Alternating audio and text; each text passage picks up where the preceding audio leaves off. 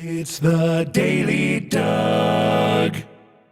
Hey y'all, welcome back to the Daily Doug. Thanks for being with me today. My friends, we are starting a brand new week on the channel. It is a Monday, and that means it is a Metal Monday. And today, I am taking a look at a very interesting piece of music. I have not heard it, but our friend Estron has sent this to me, and I am intrigued by this for a variety of reasons. It's going to be a little piece of heaven from Avenged Sevenfold. This is a band that I am still quite new to. I've only heard from them twice before on the channel. We heard Afterlife, that was all the way back in episode 377. And then in August of last year, we heard Hail to the King in episode 826. And that's it. So this is only my third video on their music. And when Estron sent this in to me with this write-up, I'm like, really? I think I need to hear this, but I'm a little scared to see this. So I need all of your support with me, y'all. Come on now. So I'm going to read you what Estron sent me. He says that this track is one of Avenged Sevenfold's most popular, as well as most musically interesting. Into that. I would describe it as if the Devil and Danny Elfman collaborated on an R-rated musical directed by Tim Burton. You see? He's got me hooked. I'm like, I think I would watch that. Otherwise described as avant-garde metal and apparently featuring an interpolation of Brahms' Hungarian Dance No. 5, this 8-minute track is an impressive mixture of boisterous, jazz-influenced orchestrations paired with driving metal beats and haunting vocals. I mean, it's going to be a Metal Monday, but we've got jazz influence and orchestration and haunting vocals and some Brahms Hungarian Dance No. 5. That's a real famous piece from Brahms, one of his more well-known ones. Estron goes on. That said, I will emphasize that I'm serious when I say this song would be rated R if it were a movie.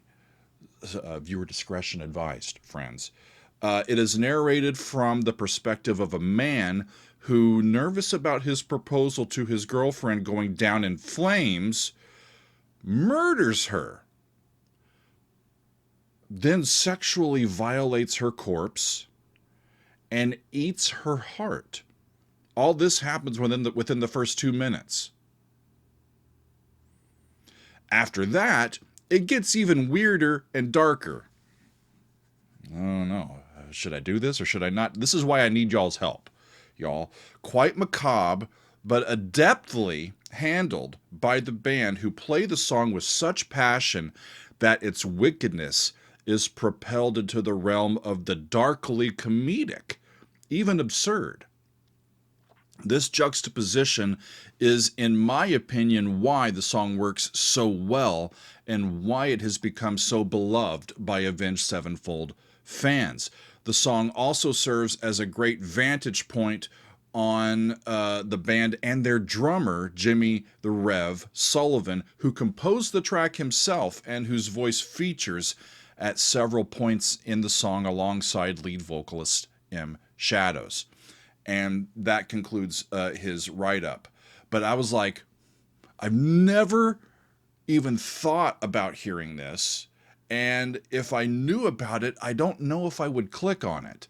But this is too enticing. I think y'all that do know this are going to be quite entertained when you see poor little old me trying to understand what's going on. You know, I'm a delicate flower, y'all, so I'm going out on a limb here. But I think it's going to be a fascinating experience. So with all that being said, there's some crazy stuff that's going to be happening here. And so, like I said, I'm serious. Viewer discretion is advised. This song first appeared on their self-titled 4th album. It was released in October of 2007. And even though the song was not released as a single, it did receive this treatment and got an animated music video made for it. I think it was made that same year, but it was so, I don't know, just difficult to watch or to get published publicly that it didn't get put on YouTube until a couple years later. So we are going to see this video from YouTube, and I'll be very interested to see what's going on. I'll try to focus on the story that they're showing us as well as hearing the music and talk about what's going on there as well. So let's get into it, y'all. M Shadows is on lead vocals. Zachy Vengeance is on rhythm guitar. Sinister Gates is on lead guitar. Johnny Christ is on backing vocals and the bass. And the Rev is our songwriter. He's also on the drums, does some co-lead vocals, handles some piano and percussion. And I also, when I looked into this, they're working with a lot of extra musicians for this track, playing a variety of string instruments, some brass instruments, some wind instruments, and they've got a small choir of vocalists listed here as well. So let's get into it, friends. This is going to be a little piece of heaven from Avenged Sevenfold. Here we go. Parental advisory.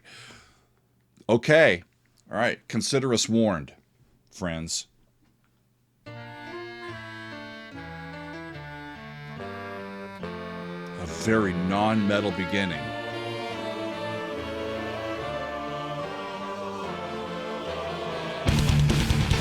Okay. Chromatic third. And back. D minor. F minor. Before the story begins, is it such a sin? So here's our two folks. Until the end of time, we were more than friends. Before the story ends, My string. and I will take what's mine. Create what God would never design. She turns him down. I've been so strong for far too long. I was weak with fear that something would go wrong. Okay. Before the possibilities came true, I took all possibility not happy. from you. I took all possibility from you. Conjuring her deepest fears. Okay. That's the Rev.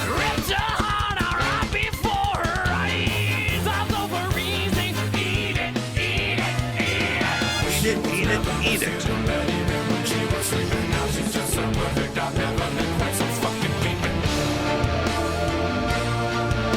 goes on and on and on. I can keep you looking young and preserve forever with a fountain spray on your Do not disturb, friends. I really always knew that my little crime would be cold. That's why I got a heater for your thighs. In the circle of disc progression.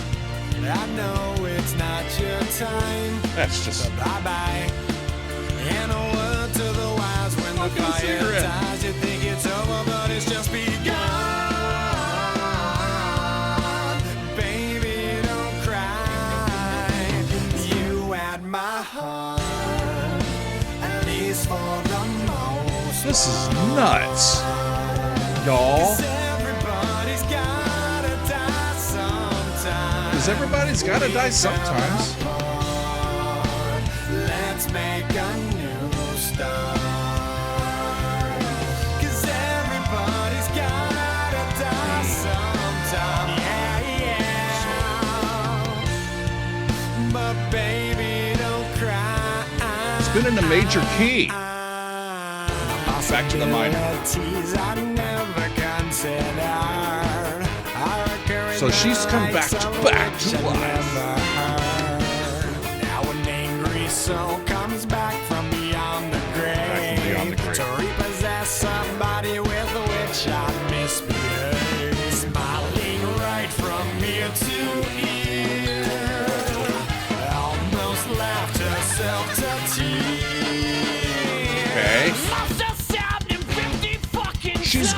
back.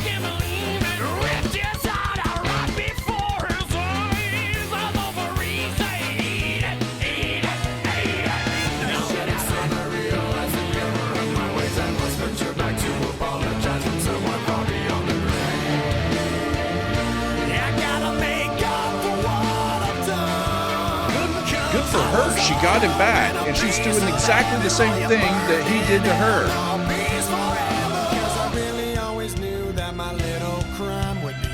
That's why I got a heater for your thighs. And I know it's not. And now it's a major key bop.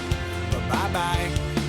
Yeah, no word to the wise when the fire dies. You think it's over, but it's just begun. Go into the minor key.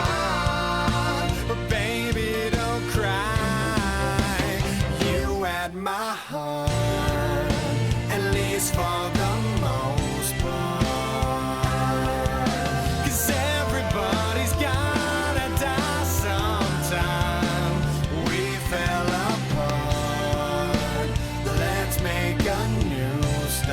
Make a new start. They're in the afterlife. Everybody's gotta die sometime, yeah. My baby, don't cry.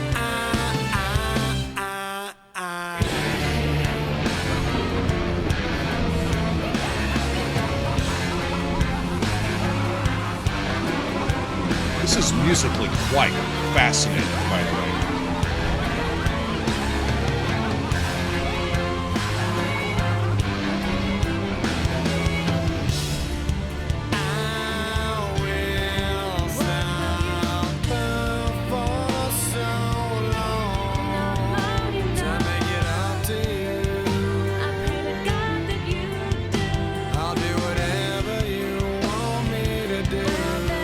Guest vocalist, the female guest vocalist is Juliet Comagir. If it's not enough, try again and again, over and over again. Coming back, live forever. Let's have a wedding, have a wife. Let's start the killing, start the killing.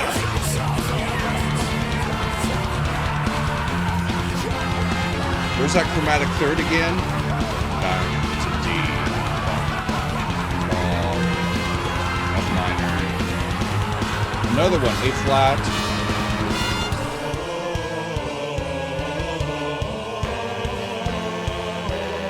They're going after the church people. Right? That's in a church.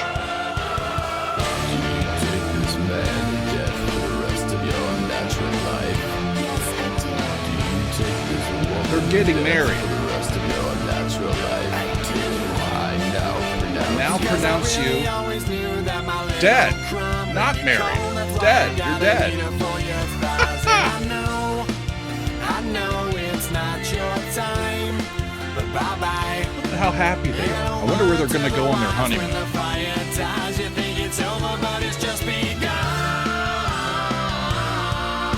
But baby, don't cry. Censored. You had my heart, at least for the most part. 'Cause everybody's gotta die sometime. It's gotta die sometime. Let's make a new start. 'Cause everybody's gotta die sometime. Yeah. My baby, don't cry. Who says major keys can't be scary? Estrone? That's messed up. But oddly entertaining. Messed up. Mostly messed up, but oddly entertaining. I can't believe that I'm going to put this on the channel. Especially on a Metal Monday. That was kind of not metal, right? It had a metal sensibility, but there were some very lovely textures musically in that, and a lot of great harmonic movement. I'm gonna maybe I'll listen to it without the without the video, but that's gonna need a couple of listens to really figure out all that they're doing. One of the things that I did here is the D minor where they started, and they're when they're doing what I call chromatic thirds, they're pivoting on a note that's in the chord, but the two chords do not share a similar or the same key. So D minor has one flat in it, but if you go to F minor, F is in the D chord, right? But if you do a minor chord on F, then you've got a C, which is in D's minor key, but you've got an A flat, which isn't, right? So if you're in D minor, the F chord is going to be major, but when they make it minor, it means that these two minor chords are connected by a shared note, but they're in two different keys. And so it's a nice way to go from one place to another, but come back. And I heard that quite a bit. They even went up to A flat at one point. That's an arpeggiation of a diminished triad. But in some of these sections, it goes into the relative major, into F major, and it just bops around F major like nothing is going on. And it's happy, and it's just telling the story. And that was sadistic to me. An interesting choice. So, from a story standpoint, let me see if I've got this straight. We just saw it, but these two people are in love. They're having dinner. A man wants to propose, and she says no, and he gets mad, and he's scared of losing her, and he murders her. And all this beginning of it almost reads like him trying to justify it. Yeah, he's like, I'm not the bad guy, y'all. I had to do it. It's just where the story goes. So yeah, he's justifying murder, and then he eats part of her and takes advantage of her sexually. That's twisted, y'all. So twisted. But the interesting part of the story is that it turns, and now she comes back to life and does the same damn thing to him. And we get the chorus from her perspective the second time. The first time must have stabbed her 50 fucking times. I can't believe it. Ripped her heart out right before her eyes. Eyes over easy. Eat it, eat it, eat it. When it comes back, must have stabbed him 50 fucking times. I can't believe it. Ripped his heart out right before his eyes. Eyes over easy. Eat it, eat it, eat it. Seems like a match made in hell. Right? These two deserve each other. And if I got it right, y'all, now that they're in Zombieland or wherever they are, they're pronounced married by a priest. By a priest. But I was thinking at the time, they're being pronounced dead. I now pronounce you, and they don't finish the line. So what are they being pronounced? I think they're being pronounced dead. That's what they should have been. And now that they're together in Zombieland or the afterlife or whatever, they start killing together. I don't know. Twisted. It's a twisted story. But Estrone, I understand where you're coming from, because the dedication to the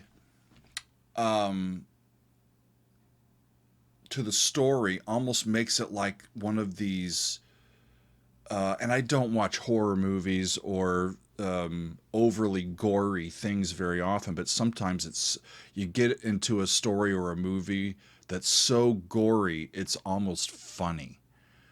I don't find humor in the story, but the experience made me chuckle, and that's weird. So kudos to the band that they got me to have that reaction, even with my biased sensibility coming into it. I tried to be as open as I can, y'all, and that's what I have for you. But holy crap, y'all, should I keep going with Avenged Sevenfold? Maybe it should be called Revenged Sevenfold or Eightfold or Ninefold or whatever. And by the way, I don't remember noticing the Brahms Hungarian dance. Maybe it was hidden in there. Maybe I was looking at or thinking about something else, but I didn't notice it. Otherwise, I would have called it out as I heard it. Really, really interesting. So, friends, what do you think? Is it so gory and so just off-putting that you just can't handle it, or do you like it? I'm curious. It's an interesting piece of art, and I gotta think that the people writing it are not advocating this type of behavior. They're just using the story as a way to temporarily go over some imaginary line where we're not supposed to go over and just kind of entertain ourselves, and live in a world of this would never happen, but wouldn't it be crazy if it did, sort of thing. And we tell ourselves these crazy stories. Maybe that's where all of these horror movies and books and all that stuff comes from. I've never been a fan of that genre, but I'm getting a little older now. Maybe I can start to deal with it or handle it. But for now, I believe that's all I have to say about A Little Piece of Heaven from Avenged Sevenfold. I wonder if they ever did a follow-up to this, if it would be called A Little Piece of Hell. Because I think that's where these two people are going to reside for a long, long time, especially if they've been doing the things that the band said they've been doing. So there you have it, friends. A very interesting and different Metal Monday, A Little Piece of Heaven from Avenged Sevenfold. Thanks, y'all, for hanging out with me today. We'll see you next time on another edition of The Daily Doug.